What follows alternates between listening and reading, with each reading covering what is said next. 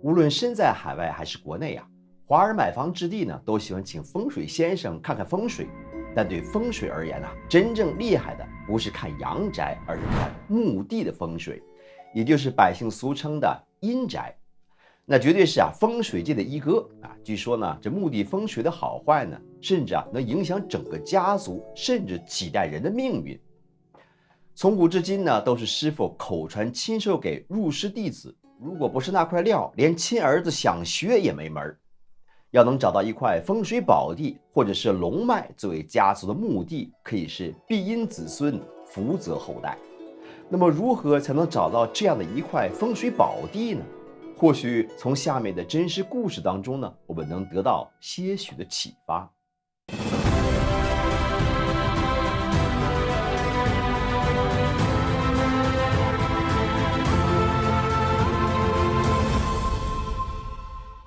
话说清朝时江苏有个书生对风水看榆树十分在行。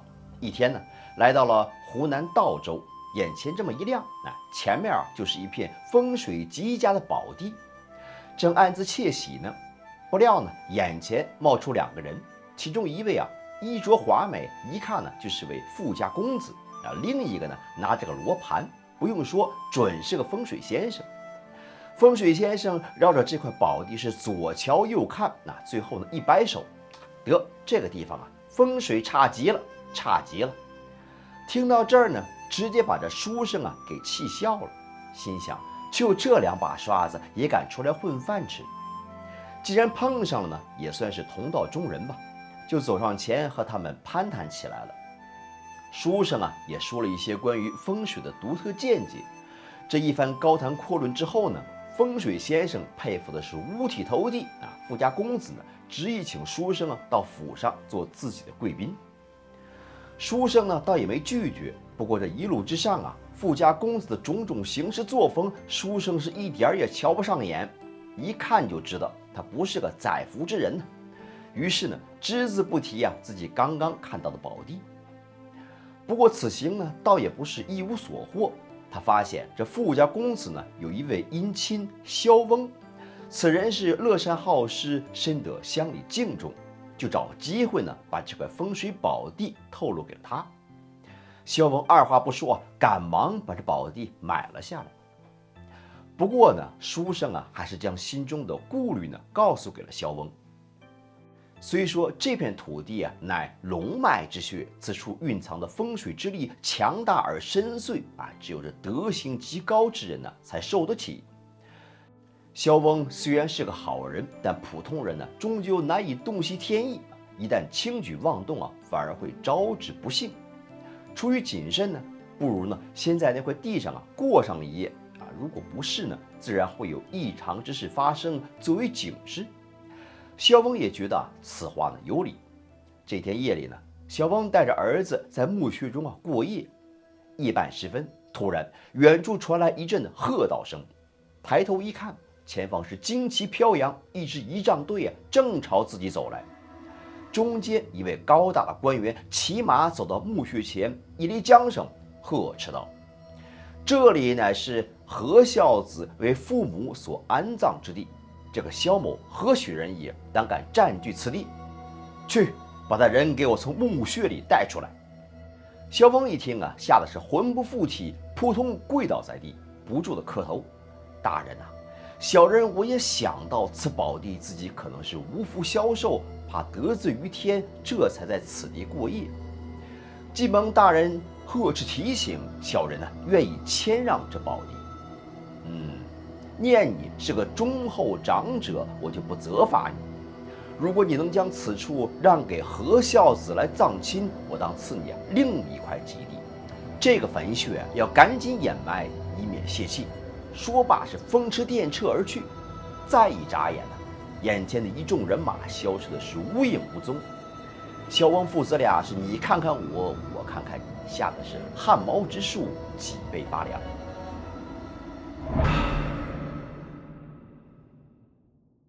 天一亮萧翁父子呢回到家中，将此事告诉了书生。几个人连忙用土封好了墓穴，然后呢准备寻找着何孝子。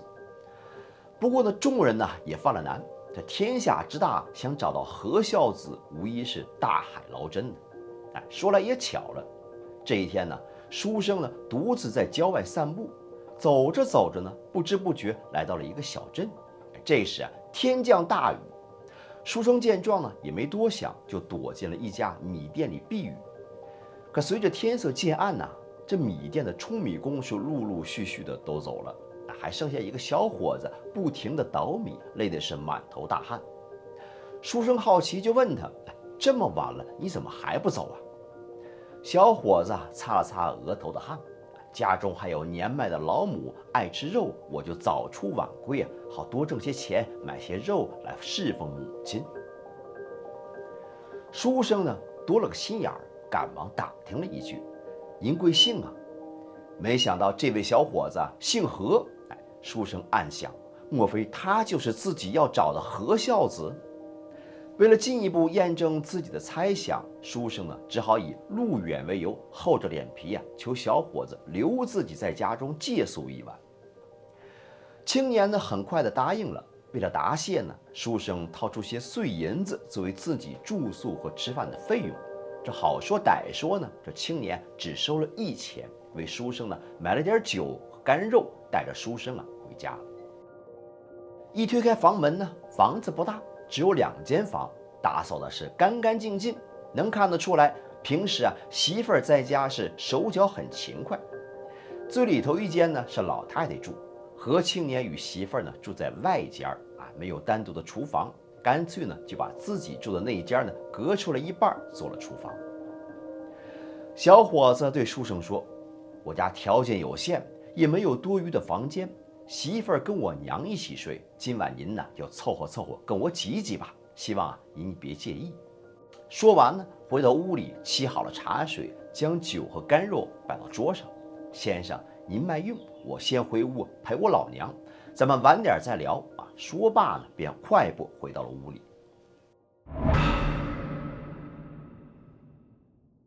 书生好奇这个何孝子到底何等的孝顺，能感天动地呢？于是是借着门缝偷偷的往里看。只见夫妇俩一边一个扶着老太太坐下轮番的给这老太太碗里不停的加肉。这一家人是有说有笑，看起来是非常的温馨。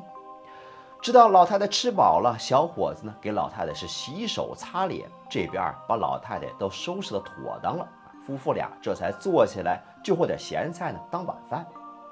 晚饭过后，儿媳妇收拾盘杯，小伙子呢便靠在母亲旁边，将这一天市井中的有趣的事讲给母亲听。看着儿子讲的是绘声绘色，老太太乐的是合不拢嘴。没多久老太太打哈欠放困了。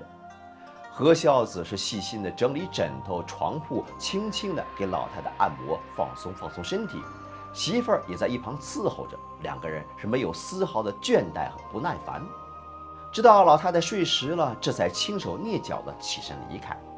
看到何青年如此孝顺，书生便更加肯定，这就是自己要找的何孝子等何孝子再次出来，书生觉得是时候开口了，便问道：不知令尊去世几时，是否安葬了？小伙子一听这话，不住的叹气：先生，不瞒您说，家父已经去世4年了，自己不孝，做舂米的粗活也只够勉强养活老母，实在是没有能力给父亲找个好地方安葬，至今呢仍躺在社庙里。说起来真是让人心酸。说完，眼泪唰的就流下来了。书生赶忙安慰道：别难过，我住的地方主人萧翁有一块风水宝地，我请他送给你就是。哎呦，我与先生是素未平生，怎么能接受如此大的恩惠呢？况且那块吉地既然有主，怎好强人所难呢？这个你不必担心，我对萧翁很了解，此人是乐善好施，他要知道你对父母的一片孝心，肯定会答应。你就在家中等着明日天亮呢，我即刻启程，3日后我与萧翁一同来见你。